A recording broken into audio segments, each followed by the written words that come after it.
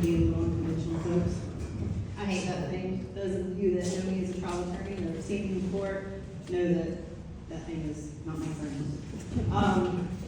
I want to start off by saying thank you guys. I do this a lot because I truly mean it from the bottom of my heart. It is very overwhelming to me to see the amount of people within this past year who have been involved in this process. I've lived in this community for 11 years, married to my late husband, your former chief of police here for 7. And it's exhilarating for me to be able to be in these different rooms and see the people show up and care and be concerned about the vision that is moving forward for this county. I try to tell voters every single day on the campaign trail that change is coming, folks.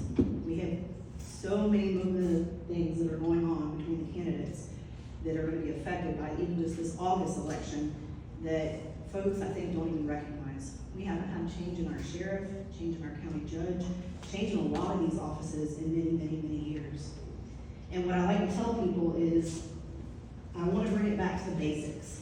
You know, I talked to myself tonight about what I wanted to share and what was on my heart, and I prayed about it, and I thought to myself, what is it that I want to share with the voters about why I should be your next elected county judge? And I want to bring it back to my basics.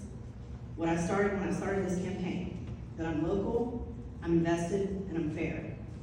There are many of you that may know my history, that may know my reputation, that may know a lot of things about me, but I think it's time that I step back to those basics and open up a little bit and tell about my story. People tell me on this campaign trail, Sheena, you're so humble, you have a very hard time wanting to share and express, you know, the goals that you've achieved, the things that you've overcome, the milestones that you've made in your track record, what you've done for this community, who you are as a person, and that's what I've decided to talk to you about tonight.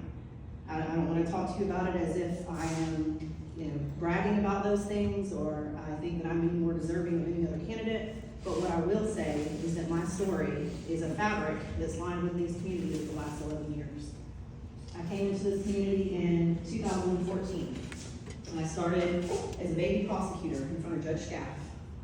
I came out of law school, having about 10 years as a paralegal under my belt, criminal law, family law, decided I wanted to go get in a bunch of debt and go to law school. Never knew that the track of my life was going to change the moment that I stepped foot through those Hamilton County doors and began prosecuting at the misdemeanor level, and I met my husband. My husband at that time was not your chief of police, he was just an officer. He was a public servant. I was a public servant. I've continued to be a public servant long after I decided to leave the state attorney's office and go to private practice. And I think a lot of what the general community hears when they hear your credentials and your background, what makes you qualified for this position is, you know, your degrees and these titles and all these things. But what I want the voters to recognize is what qualifies me for this position is because I've been here doing the things that I've been doing in this community, whether it had been in that courtroom or whether it had been on the ground with our youth, our citizens, and building this community in unity. And that didn't change for me when I left that state attorney's office. I was doing the same exact things when I was there. I didn't go to work every single day when I was in misdemeanor and felony court for 4 out of my 6 years and not care about my community. I did things back then, not ever knowing that this would be a golden line, a sight line, or God knows that Judge Scaff was ever going to retire early. I stepped out in private practice in 2020 when the COVID pandemic came. 2 years I had been in when I got notification that he was retiring. But the reality is I know I'm the best fit for this community. I know that I serve day in and day out trying cases, dealing with the lives that came before me as a prosecutor, and making sure that I made good decisions as the gatekeeper. You know, a lot of people think that the judge is the most powerful person in the courtroom, and what you'd be really surprised to learn is they aren't. The prosecutor is. And so when I talk to people on the campaign trail, I tell people to look back at that track record. Look back at how I treated the community. Look back at my integrity, my professionalism, my investment to this community when it didn't matter. Because that's going to tell you my investment when it does matter. That's going to tell you that I'm never going to stop working for the citizens here. I'm a hard worker. I've always been. I'm board certified in criminal trial. My work doesn't stop when I leave those courtroom doors. It never has. And if you look at that, you're going to see that's what I mean when I talk about being invested. You look at how I treated people, whether it be as a prosecutor or now in private practice, that's where I get the part about being fair. That's what you need here. Someone who has been around for 11 years to see the dynamics in this community. I've served as your local town attorney for Jennings for the last 4 years. I haven't just touched a few cases by coming into the county and prosecuting a few things and, all of a sudden here I am. No, I've been here. I've been working. I've opened my doors to a community here. I've invested my life here, my children's lives here. My husband's life is here. We were both public servants, and we were long public servants before this opportunity arose.